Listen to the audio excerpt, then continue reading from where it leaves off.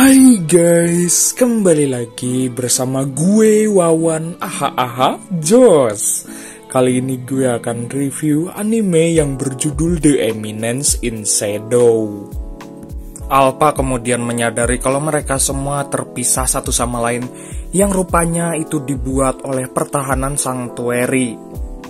Rupanya Olivier bisa menggandakan diri dengan kemampuannya. Sementara itu salah satu anggotanya berusaha mengalahkan Olivier.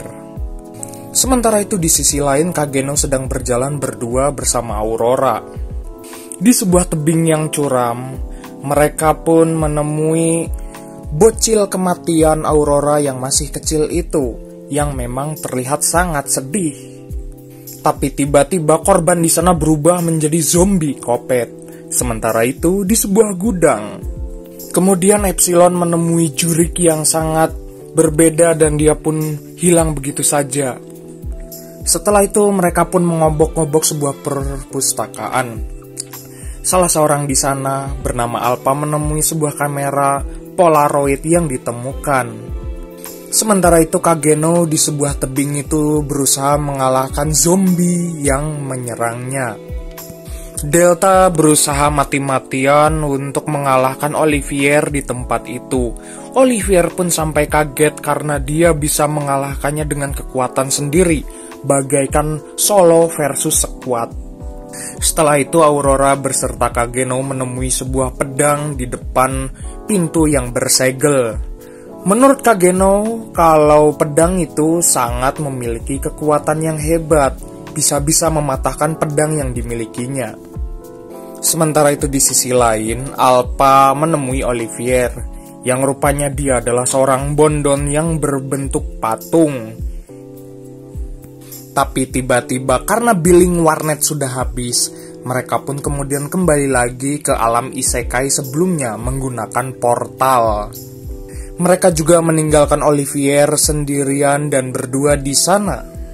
Beberapa saat kemudian Kageno pun menemui si botak Olivier, dan dia pun menanyakan ke Aurora apakah dia kenalannya. Namun sayang Aurora tidak ingat si botak tersebut. Setelah itu akhirnya Kageno pun menghabisi Olivier di tempat itu. Akhirnya Kageno pun mengalahkan Olivier, dan dia pun sangat riweuh setengah edan. Kemudian dia pun melakukan perhitungan dengan Olivier si botak itu. Kalau menurutnya Olivier baginya adalah orang yang tidak waras. Namun tiba-tiba Olivier si botak itu mengaktifkan sesuatu yang membuatnya harus menyerang Kageno di tempat itu. Kemudian mereka berdua pun kembali lagi beradu mekanik satu sama lain. Dengan kekuatan Shadow Garden, Kageno pun berhasil memusnahkan si botak dan tempat tersebut sampai ngabeledug. Singkat waktu, pagi pun isuk, Kageno pun hudang sare beserta di sebelahnya ada Aurora di sebuah ruyuk yang gatal. Karena Aurora menyadari Kageno terluka parah, dia pun berusaha mengobatinya. Atas kenangan yang indah, Aurora pun menghilang bagaikan benih-benih cintrong. Sementara itu Rose dan Alexia menyadari tempat tersebut hancur, dan dia pun tidak bisa berspekulasi terhadap masalah Shadow Garden yang menyerangnya. Di ruyuk itu mereka bertiga bersama Natsume berusaha menggali informasi lebih dalam dan bekerja sama. Sementara itu Beta yang sedang berjalan di sebuah kota, dia pun menyadari sekte iblis Deblo alias gede-gede blow on. Di sisi lain, Gamma sedang mencari tempat strategis untuk menempatkan markas pribadinya yang harganya sangat mahal, yaitu 115 juta yen alias yen ono duite. Tapi dengan harga tersebut, mereka pun memintanya untuk memaksa membelinya dengan satu syarat: Shadow Garden akan mengembangkan kota tersebut. Dan dia pun merencanakan kota yang menjadi nomor 1 di kerajaan Velgalta. Kemudian Kageno bersama Alpha menemui sebuah tempat markas tersebut yang dibelinya. Sementara itu Alexia bersama Iris sedang membahas sesuatu terkait Sanctuary. Mereka pun kepikiran akan menggabungkan kekuatan tersebut dengan kerajaannya sambil mandi kuku cuprakan dan menggunakan handuk gemesnya. Di sebuah kota itu tampak masyarakat sedang berbelanja untuk ngabuburit buka puasa. Akan tetapi Kageno mengatakan kalau dia ingin mengikuti bela diri. Karena menurutnya festival tersebut tidak boleh dilewatkan untuk ahli pedang. Kembali lagi di sebuah tempat yaitu markas Shadow Garden. Dia bertemu dengan Gamma, memintanya untuk mengubah dirinya menjadi seseorang yang berbeda demi mengikuti festival bela diri tersebut. Dia pun kemudian menggunakan Gatsby dan akhirnya Kageno menjadi seseorang yang tampak suram dan muram, alias Madesu, masa depan suram. Dia pun menamainya sebagai pemuda biasa. Saat Gamma akan turun, dia pun sampai Tisoledad dan Talapung karena tidak hati-hati menuruni tangga. Kemudian Kageno dengan pose suramnya, dia pun mendaftarkan diri mengikuti festival tersebut. Dia pun saat di jalan sempat diremehkan oleh yang lain, termasuk sang jagoan yang bernama Queen Todd. Namun karena bacotnya terlalu pedas, dia pun dihajar sampai nyeri beteng. Untungnya tidak sampai modal ke alam isekai. Diceritakan juga kalau Iris adalah sang juara bertahan berturut-turut pada festival tersebut. Di sisi lain, pada saat sore itu, Rose mengatakan kalau dia akan dijodohkan dengan seseorang yang bernama Doem. Rupanya dia curhat kepada Kageno karena dijodohkan secara mendadak. Singkat waktu pada pertempuran sebuah di desa, Kageno pun berhasil mengalahkan seseorang yang lebih kuat darinya dengan kostum pakaian muram dan suramnya. Pura-pura lemah padahal overpower. Putri Rose dikabarkan kabur dan menghilang dari ibu kota. Putri Alexia pun mendengarkan informasi tersebut dari Natsume. Dia juga mengabarkan kalau Putri Rose dijodohkan oleh seseorang bernama Doem. Dia pun menyarankan untuk tidak ikut campur dan tidak melakukan pergerakan pada hal tersebut. Akan tetapi Putri Alexia tidak terima dengan hal itu. Saat Putri Alexia tahu kalau Rose tidak ingin ikut campur, dia pun merasa kesal dengan hal tersebut. Setelah itu, Putri Alexia pun cabut dan menemui One-channya. Sementara itu, Kageno sedang menonton acara festival itu, dan dia pun mendapatkan sebuah surat kabar kalau Rose sedang ditunangi oleh seseorang bernama Doem. Kemudian Kageno pun cabut dari tempat itu dan bertemu dengan seorang bondon yang bernama Beatrix.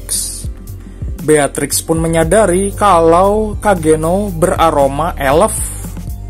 Sementara itu Anne Rose sedang memikirkan seseorang yang bernama pemuda biasa itu. Mereka berdua dengan Queen Todd sedang memikirkan apakah lebih terkenal dari mereka. Giliran si legenda tak terkalahkan yang berbaju emas. Dia pun berusaha mengalahkan, tapi sayangnya tidak bisa serius. Rupanya si pemuda emas itu melawan pemuda biasa. Sampai akhirnya pemuda biasa alias Kageno berhasil mengalahkannya.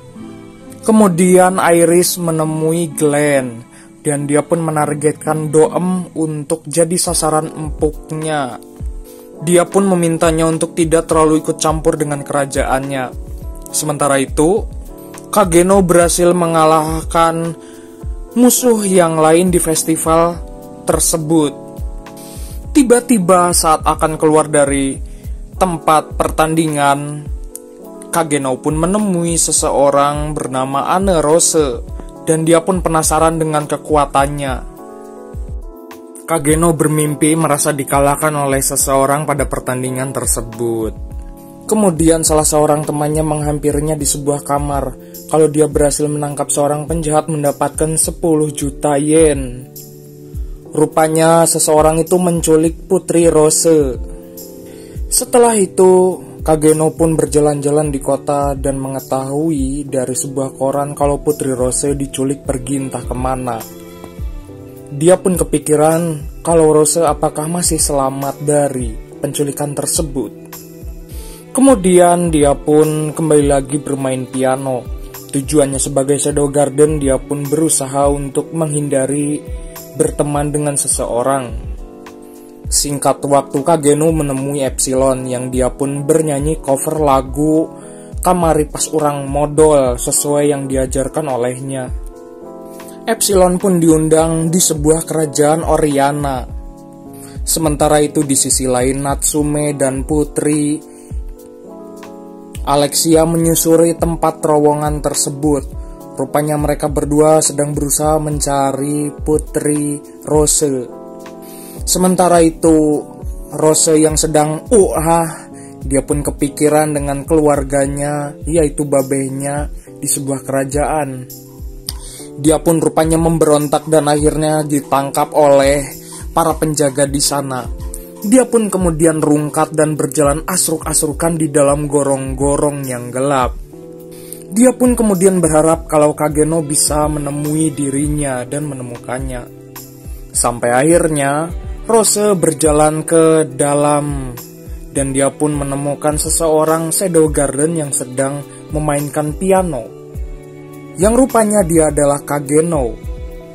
Tapi tanpa diduga, setelah pertemuannya itu Kageno memberikan sebuah kekuatan yang hebat kepada Rose. Selain itu, dia juga diberikan healing ceringe dan mengobati lukanya. Setelah mendapat kekuatan itu, tidak diduga, Rose pun berjalan dan menemui kedua orang temannya, yaitu Natsume dan Putri Alexia. Mereka berdua mengajaknya untuk kembali lagi ke kota. Tiba-tiba Kageno diontrok oleh tetehnya, yaitu Claire Kageno. Rupanya dia merasa kesal karena selalu mengingkari janjinya ketemuan. Sementara itu, Putri Alexia mendapatkan sebuah kabar kalau Putri Iris sedang pergi keluar kota. Dia pun menganggap kalau Putri Iris itu sok sibuk.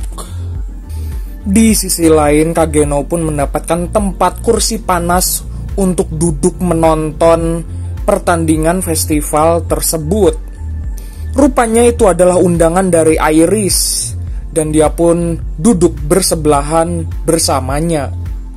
Kemudian Putri Iris juga memintanya untuk terus berteman dengan Putri Alexia, supaya dia tidak kesepian. Kemudian diceritakan kalau Nona Iris ingin menjadi pemenang pada pertandingan tersebut.